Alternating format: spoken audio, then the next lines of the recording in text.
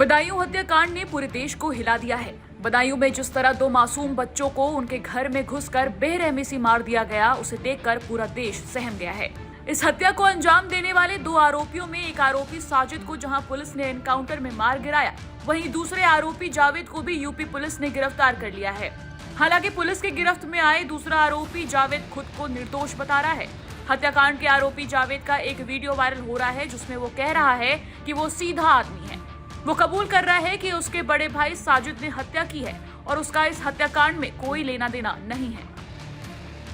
मैं तुरंत वहाँ से आया बदायूं के लिए, वहाँ पब्लिक बहुत थी। मैं सीधा दिल्ली भाग गया। मैं दिल्ली से सीधी बरेली आया हूँ अपने आप को सरेंडर करने के लिए। सीधी मेरे पास रिकॉर्डिंग है कई लोगों की, जहाँ से मेरे पास फोन आया कि तुम्हारे भाई ने ये कांड कर दिया है। नहीं ऐसा है। मैं एक बात बताऊं, सुनो मेरी फोन अभी ऑफलाइन कर रखा है। बात सुनो, तुम अभी जैसे कह रहे हो पुलिस के भाई मैं देखो बहुत सीधा शरीफ आदमी हूँ। देखो एक का तो एनकाउंटर हो चुका है। हाँ भाई, मैं वो कौन था जिसका मेरा बड़ा भाई था, लेकिन उसने किया था। मैं उसमें बिल्कुल ही मेरा कुछ नहीं है।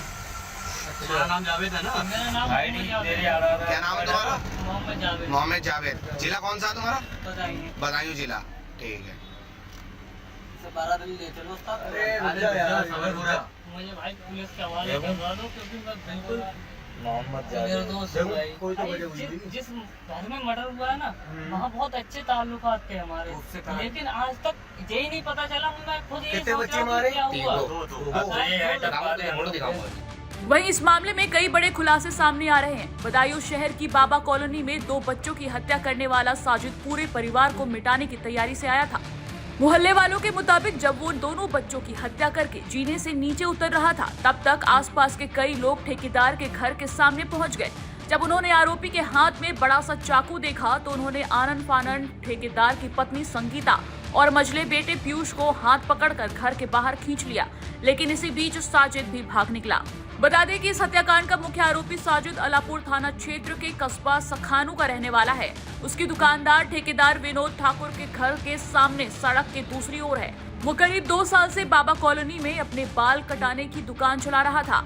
विनोद के तीनों बच्चे अक्सर बाल कटवाने जाते थे, जिससे साजिद का उनके घर आना जाना था।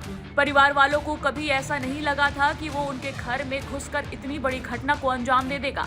मोहल्ले वालों का कहना है कि वैसे तो साजिद रोजाना रात के 9-10 बजे अपनी दुकान बंद करके सुखानू जाता था, लेकिन मंगलवार शाम करीब 4 बजे ही अपनी दुकान बंद करके चला गया।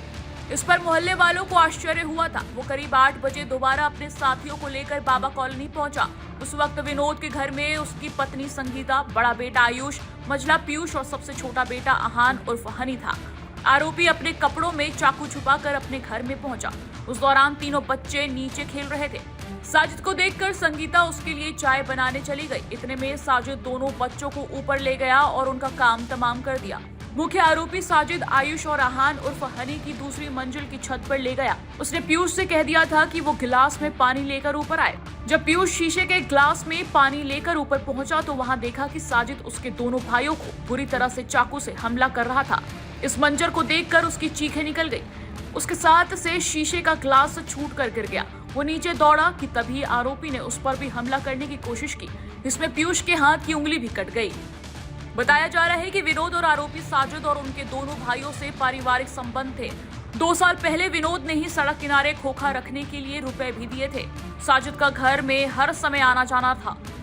उसको घर में जाने से किसी को कोई ऐतराज भी नहीं था। टाइम्स नाउ भारत डिजिटल की रिपोर्ट।